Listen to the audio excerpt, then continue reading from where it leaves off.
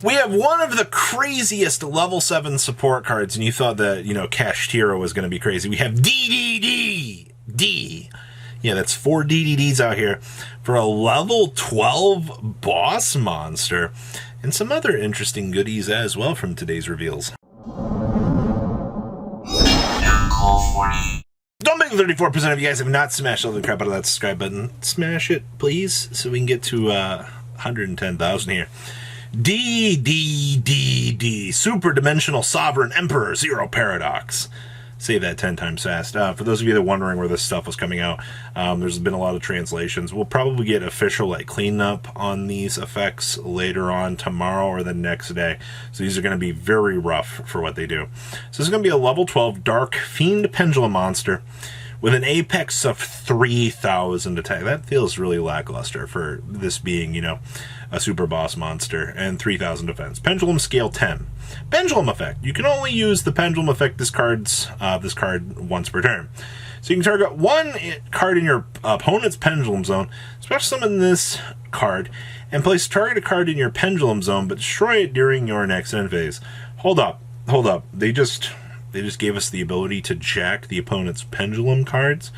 That's the first time an effect like that generically has ever existed in the game. Now, if anything, Pendulum, ever becomes relevant beyond Draco Slayer, you could use something like this to steal a crucial opponent's scale, because you target one, special summon this guy, and then it will switch the opponent's Pendulum scale on over to your field.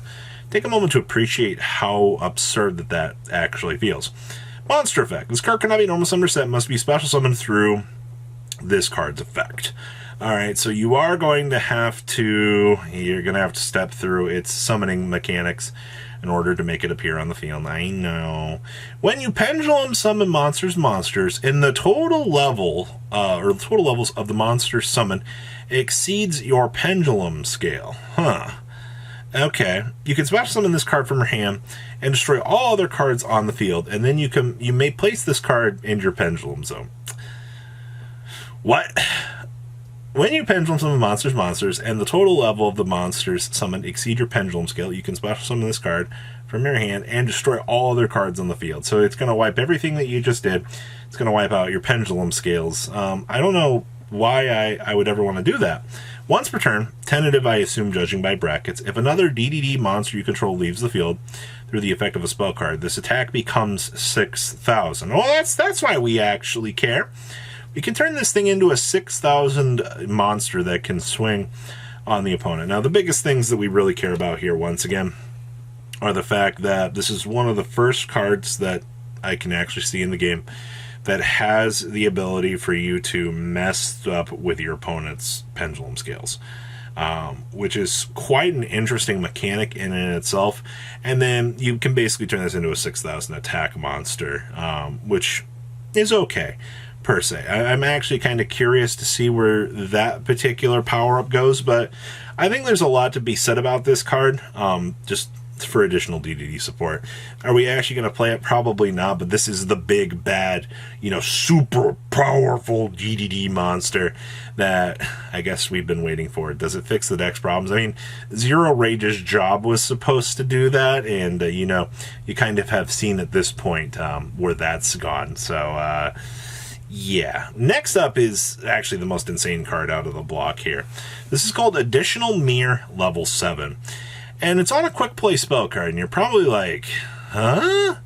If a level 7 monsters is special summoned to your field, send 2 additional Mirror level 7 from your hand and or deck to the graveyard. Alright, so you are going to have to play triple copies of these, and you are going to have to special summon a level 7 monster to get the absolute best value of this. Okay? So you'll activate this, you'll target the special summon level 7, you'll send 2 more additional level 7 mirrors from your hand or deck. I'm really glad that they did include that, because knowing my luck, I'm going to brick on this. And then you'll target one of the special summon monsters. Special summon 2 monsters from your deck with the same name as that monster, and then you take damage equal to the total attack of the monster special summoned by this effect. Also, for the rest of this turn, you can only special summon a monster from the extra deck once more. So let's unpack this for a moment. So if you are a Kashtira player and you go ahead and special summon one of your friends, You slap this bad boy on the field, you go ahead and you mill off 2 more of these. You go, ha ha ha, I got 2 more Fenrir's on the field. Then you can, after that, so once this is done, you're only going to get 1 more extra deck summon. As to what, I guess, what means that you can go through here to maximize the value on this, I feel like that this is actually just Dark Magician support at the end of the day. For whatever reason, I hear Classic level 7 and my mind goes Dark Magician every single time. And the fact that we basically just got a free real estate special summon here for the deck, I mean, you do love to see that, right? Like, I can't see a world at the end of the day where you don't give some sort of consideration to this. But my problem here is once again, you have to special summon a level 7. You're going to have to play 3 of these in your deck in order to get some maximum value. And the later that the game goes, the worse that this card is going to get, because it has such a high impact to punch you in the face for that large amount of damage. So, and you can't even special summon up to 2. It has to be strictly the same. So if you open up, 2 Dark Magicians in your opening hand, you just get punished. You can't get, because it has to special summon 2. So while your limitations are a little bit crazy, I think the ceiling for this card is definitely a lot more up there than I think a lot of people are going to want to give this credit for it. There's definitely going to be a way to abuse this to some degree. The other trade-off is it doesn't ignore summoning conditions, which I think a few people are going to be a little bit upsetty spaghetti about that, but I mean, I feel like at that point, you're just trying too hard. But there's definitely going to be some sort of interesting application with this card in the near future. I don't know where it's going to be. Kashtira and Dark Magician are the only 2 primary examples I can think of off the top of my head, and honestly, those are the 2 I'm most excited about, per se, for this. Oh boy, the spider stuff. The insect extender that we got was really good. I liked that card. I think that card was amazing. And then there's this. Splitting Mother Spider. It's a 0 attack, 2300 defense monster.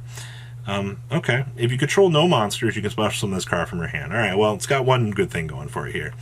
You contribute this card to special summon up to 3 baby spiders from your hand and or deck. And if you do, they become level 5. But if you would use them as Exceed material, they can only be used as material for an insect monster.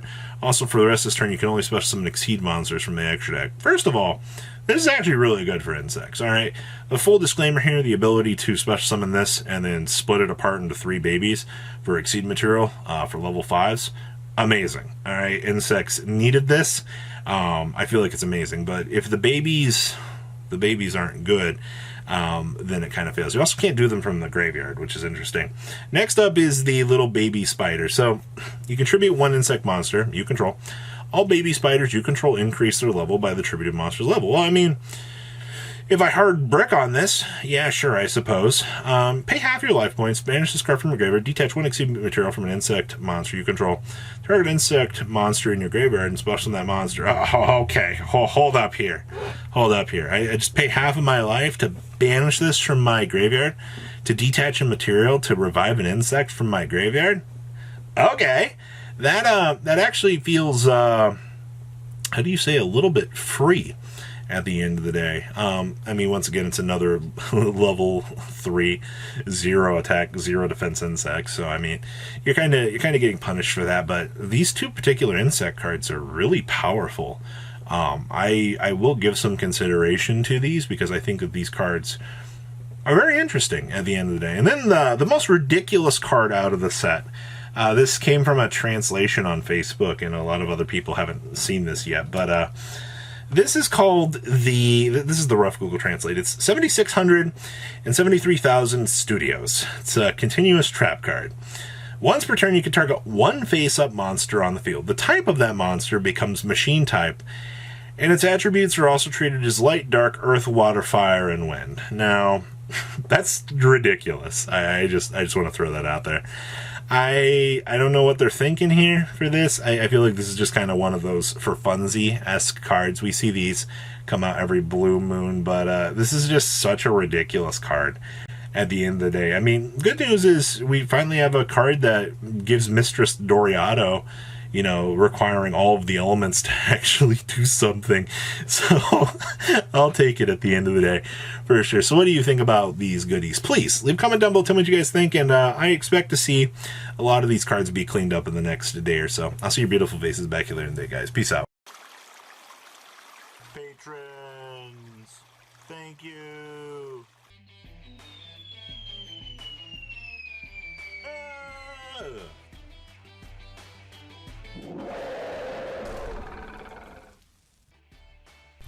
Thank you so much for watching. Check out these other videos.